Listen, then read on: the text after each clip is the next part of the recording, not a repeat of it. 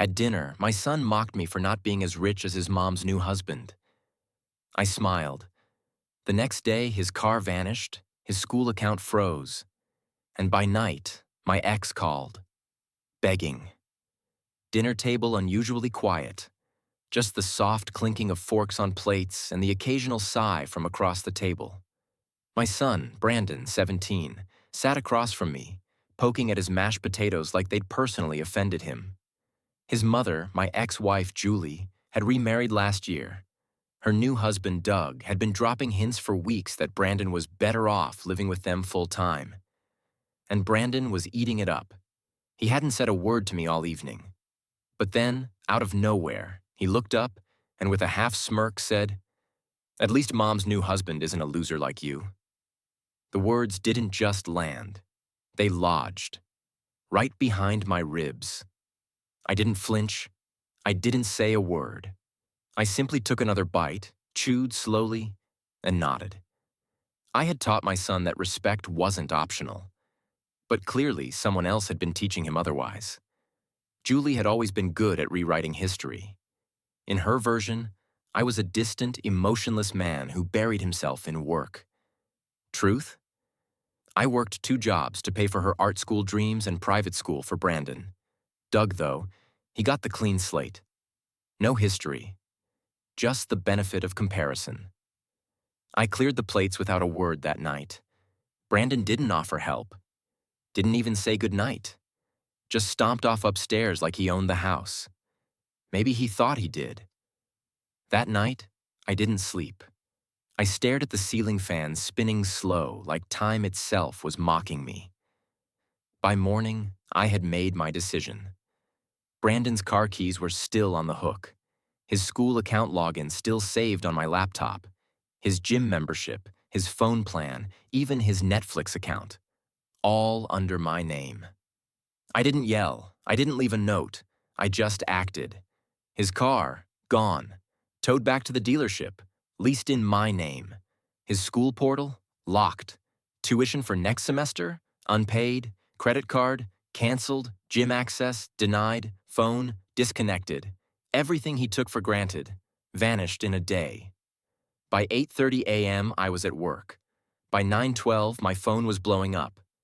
Qley first? What the hell is going on? Brandon can't access anything.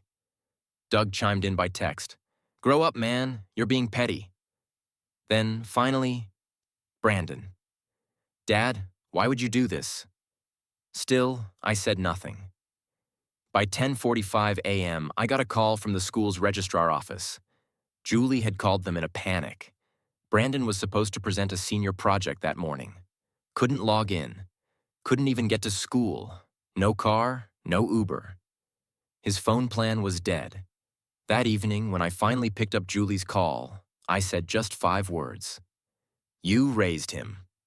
Not me. She screamed, blamed, accused. I let her. Then I hung up. Later that night, Brandon showed up at my door, not yelling, not cocky, just confused, hollow-eyed. Why'd you do it? He asked. I opened the door wider, let him come in. He sat where he had insulted me just 24 hours earlier. I slid a photo across the table. Him, age 9, sitting on my shoulders at the science fair I left work early to attend. I don't need an apology, I said quietly. But I won't finance disrespect. He looked at the photo. Didn't say anything for a long while. Then he cried. But me? I stayed quiet. Brandon didn't stay long that night. He wiped his face, left the photo where I'd placed it, and walked out without a word. The silence said more than an argument ever could. I didn't expect him to come back anytime soon. Not after I cut the strings he didn't even realize he'd been dangling from. The next few days were quiet. Too quiet, honestly. No texts, no calls, no angry voicemails from Qley or Doug. I expected fireworks. Instead, I got the cold aftermath. Still, I didn't undo anything. I didn't reach out. I kept going to work, kept my routines, like a man whose house had finally stopped leaking. Friday night, though, someone knocked on my door. It wasn't Brandon, it was Doug, wearing a smug little smirk like he just closed a deal on a house he didn't pay for. He didn't ask to come in, just stepped across the threshold like he belonged there. "I get it," he said, looking around my modest home. "You're trying to prove a point." I leaned against the doorway, arms crossed. "I'm not proving anything. Just stopped funding a lifestyle that came with no respect." Doug scoffed, walked over to the kitchen counter, ran his hand along the granite I saved for a year to install. "Brandon's just a kid. You're supposed to be the adult." "No," I said. "He's 17. That's old enough to drive, vote in some states, enlist. Old enough to understand consequence."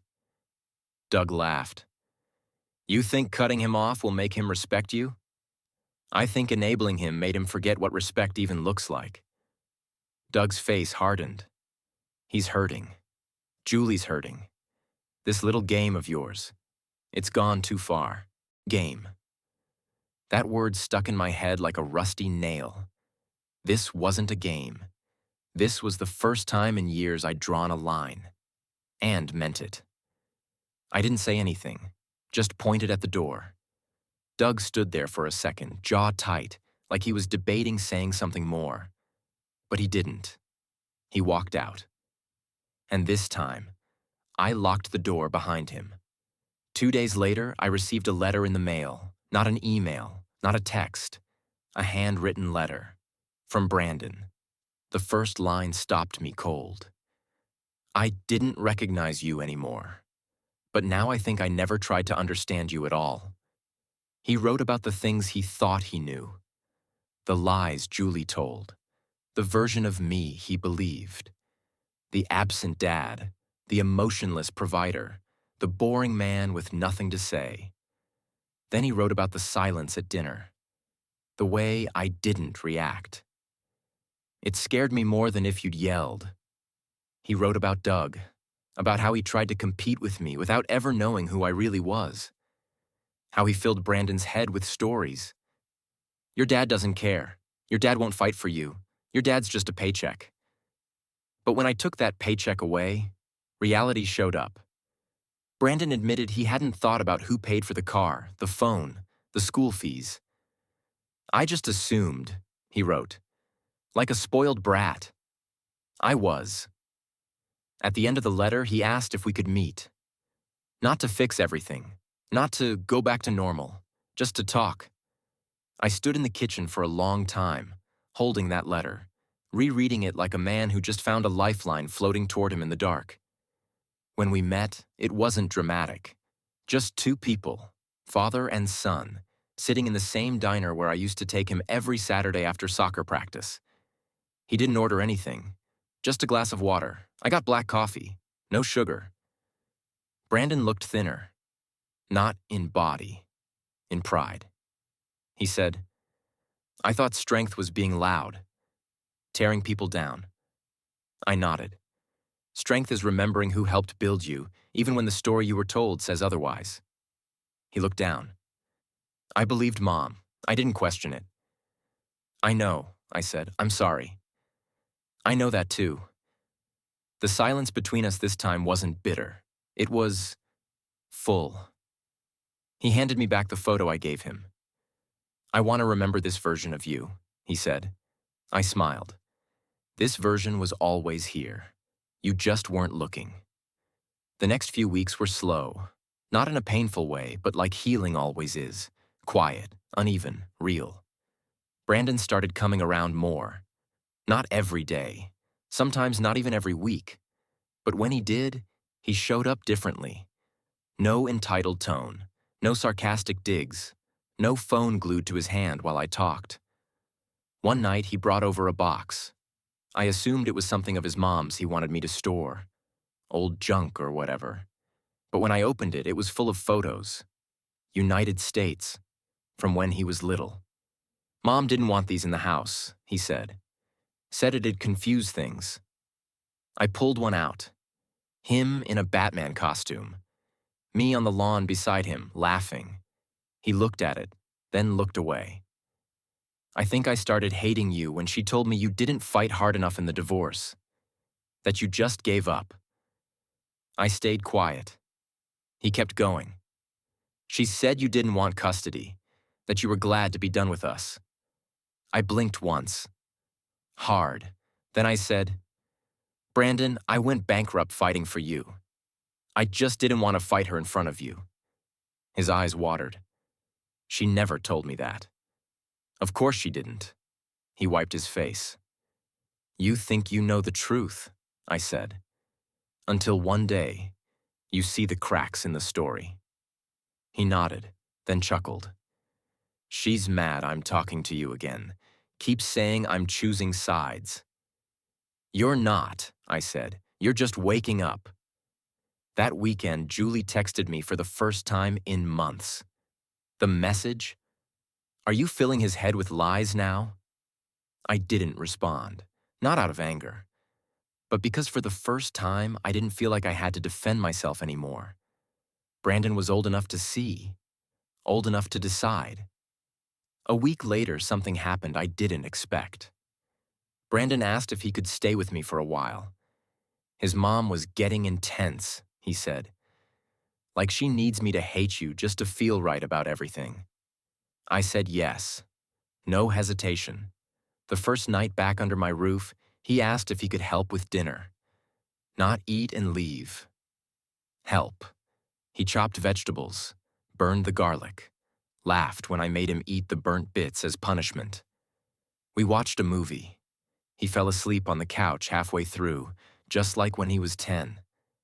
And I sat there, staring at my son, fully asleep, peace on his face, wondering how many moments like this I missed while trying not to stir up conflict.